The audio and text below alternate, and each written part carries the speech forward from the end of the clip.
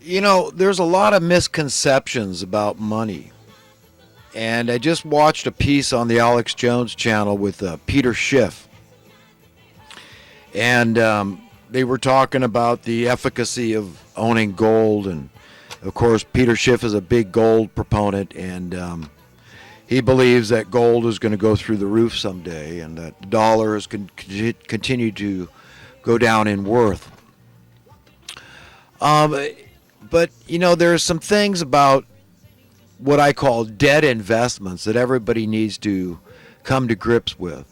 And whether your money is dead because it's sitting in the stock market, in 401ks, or if it's dead because it's sitting in your closet because it's precious metals, or maybe you got a trunk full of cash, whatever the case may be, is that as long as that currency, that thing that represents a fungible asset, money, is out of circulation, then it's, for all intents and purposes, dead. And it's not helping the social economic structure of your society. In other words, the cash flow isn't there. The velocity of currency isn't there. And often what tends to happen is when you don't use it, you lose it.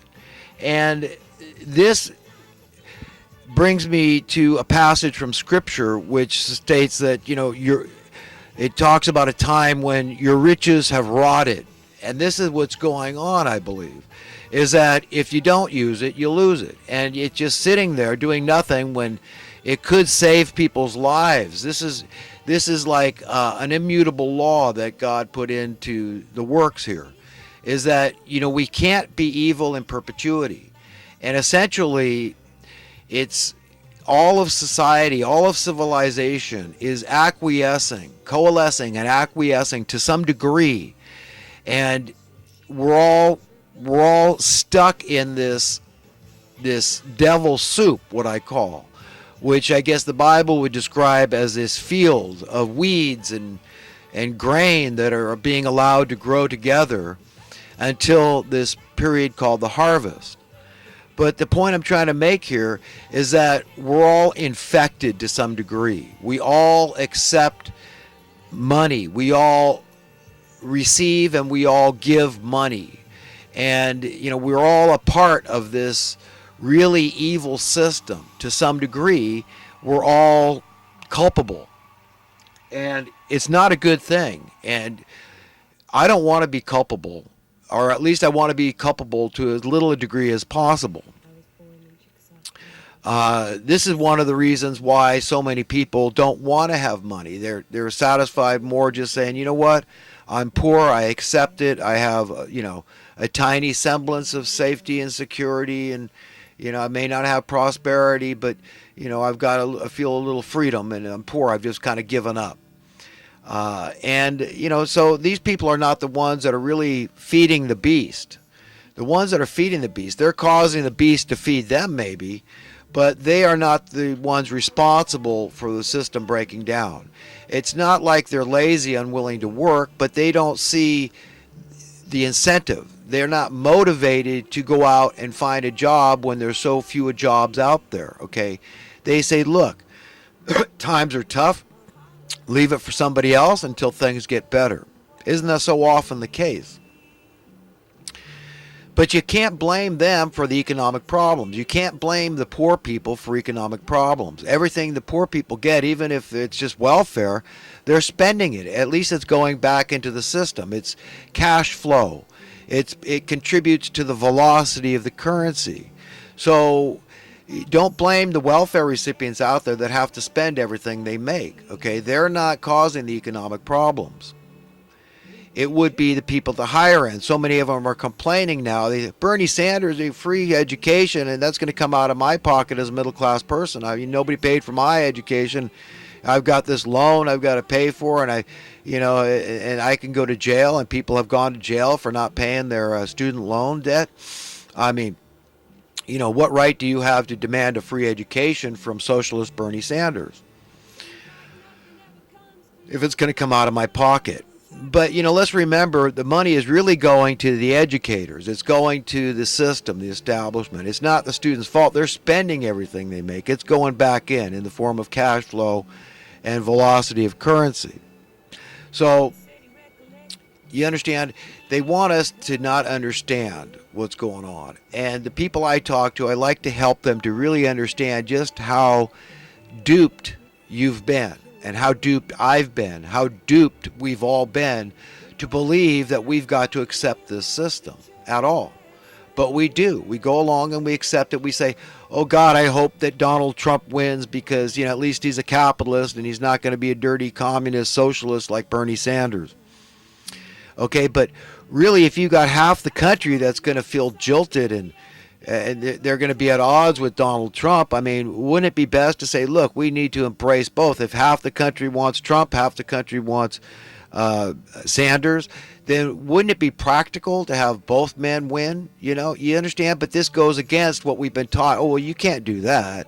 That's like putting a Democrat and Republican. I mean, one man, whoever wins the most votes is president, and then the next runner-up is going to be vice president in the executive branch. We can't have that. But really, who says we can't have that? You've been indoctrinated. You've been trained. You've been taught to believe that that can't be what we can have. You've been taught that we can't have our cake and eat it too. You've been taught that we've always got to have these problems. We're always going to have the poverty and the problems that go along with it. We're always going to have high crime because of the financial desperation that's brought on by oppression. We're always going to have, a lot of people committing suicide because they, couldn't make it in the social Darwinian system. They snapped and they had pride and they just they lost it, and so we don't have them with us anymore. We're always going to have the dubious warfare because there's always going to be people willing to march off to war for a paycheck because they're being kept hungry, unnaturally. Through oppression, through the currency. This is it. These money monsters, these money masters have all the power in their hands. They write the checks. We're all stuck in it. So, you can't start solving problems. We can't solve the debt problem. Can you imagine how many people would be out of a job if we solved the debt problem? Do you understand the insanity of the system? If the people I talk to could just understand the insanity of the system, like Einstein defined insanity as doing the same thing over and over again and expecting different results. But we're not, it is insane, and we're not getting different results. We're getting the same old miseries out there. Nothing is getting fixed. Do you understand? What I'm trying to say is there is a way to fix stuff permanently. And when I heard Donald Trump talk about ending homelessness, I'm down with it. And when I heard one of his avid supporters talking about him wanting to audit the Federal Reserve, I'm down with that too. Even though I know Donald has teamed up largely with the Federal Reserve to make his fortune, if he now wants to, revisit his relationship with these people, I'm down for it because this is the root of the problem, folks. They're the kingpins, albeit that's where all the misery is emanating out of the policies that these people create. And really, the only power these people should have is what we, the people, give them to have. That's it. That's it. And that's not what's happening. As Alan Greenspan said, they're not accountable to anybody. Nobody in the government oversees them. So that means we, the people, don't oversee them. These are thieves and criminals, gangsters, mobsters, murderers. That's who these people are. And they're willing to do anything to maintain their position and place and power. Even though the American people could hire Kinkos tomorrow to take their place. It's a matter of seigniorage, which means just printing the currency and coin. We could do away with coins altogether, so really simplify it. They don't need to get any coin making machines, okay? All we need to do is just go to all paper money. And we could let Kinkos handle that. So we don't need the Federal Reserve at all, okay? Kinkos could be the new central bank, okay? The Treasury could supplant the central bank's tasks, okay? So we don't need these people at all. But we've been trained and taught that we do because they've got the power. However they got it, they don't want you to think about that. However they maintain the power, they don't want you to think about that. They don't want you to think about that. However they maintain the power, they don't want you to think about that. They don't want you to think about that. However they maintain the power, they don't want you to think about that. They don't want you to think about that. However they maintain the power, they don't want you to think about that. They don't want you to think about that. However they maintain the power, they don't want you to think about that. They just want you to stay divided. They just want you to believe, look, the Republicans are going to fix things. Okay, just trust the Republicans, all you stupid libtards, all you stupid communists and socialists, that believe in Bernie Sanders. I mean, the guy didn't have a real job till he was 40 years old. He lived in his mother's basement or whatever. Okay, look, you see the animosity that's generated by that thinking. That's exactly the kind of social Darwinian thinking that these people, these money monsters, these masters, these illegitimate overlords, that's the same kind of thinking they want us to have. To believe that, look, you're never going to fix it. You're just going to, have rallies, and, for a while your guy will have the ball, and then, for a period the other guy gets the ball, and it's just going to go back and forth like that in perpetuity. History will repeat itself. It'll get so bad you'll have another depression. A whole bunch of people will die, and there'll be all this wanton and vast misery out there for the general public and civilization at large. And then, that's just the way it's going to go, because there is no God, or God's an idiot that he put all this thing into motion, but he's a paper tiger, and he's out of control. He can't seem to fix anything. I mean, they point to evidence. They say, look at the state of affairs in the world today. Obviously, God's impotent. He's a paper tiger. He can't do a damn thing. He's a dumbass. He's incompetent. So, just trust in me. Just surrender and just become a money lover like me. This is where the power is. This is where your safety and your security is. Your way out of fear. This is where your freedom is. It's in financial freedom, financial prosperity, money. It all has to do with money. This is the way out, so you don't have to go to war. Just money. So this is how you don't want to be a criminal. You just want money. So you just, give up whatever it is, and just for money. That's it. That's your God. That's who I want to take the place of God. That's the practical way to believe. That's the pragmatic. That's common sense. These are the kind of things we're being taught by these establishmentarians. They don't say it in those exact same words. It's inadvertent. It's in a roundabout way. And this is how we're trained to think. It's just that this is the all and everything, and it all has to do with money. Money. And, even like I remember taking real estate, and one of the courses was real estate economics.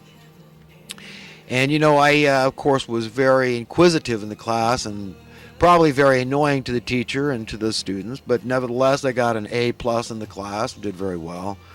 Passed my real estate exam. I believe I got 100%. They never told me the results, but I knew I aced it. I can't imagine one question I missed. If I did, it was just a brain fart or something. But, the point being that what they teach is that there's a reason why they keep poverty, because this is one of the questions I had. I knew something stunk, and we're going back well over 10 years now when I was in this class, but they talk about how the hunger of the masses spurs an innovation.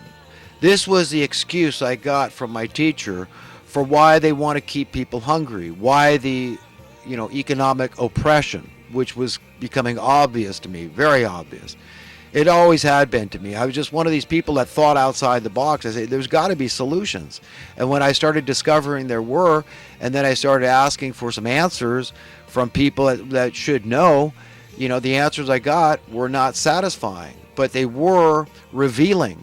And they reveal just how insane the system is. That doesn't make sense, because the truth of the matter is, as an innovator myself, a designer, basically we're all innovators, we're all designers, because we all have an imagination, we all think. We all get good ideas from time to time. But you could have the best idea in the world, but if you don't have money behind you, you see, it's about finding investors, convincing people that have that money, that power to help you, to bring your idea to fruition. Even if you don't care about money, you just say, look, I just want to contribute this to humanity. This is a great innovation, a great design change. I want to make it available in the hardware stores. Let's say you invented a gardening tool like I have. You just want it out there. You want it available because as an experienced professional, let's say, in your particular trade, you go, I know that every guy in the world that does this work wants this tool because it works better than anything else that's available. You're absolutely convinced of that.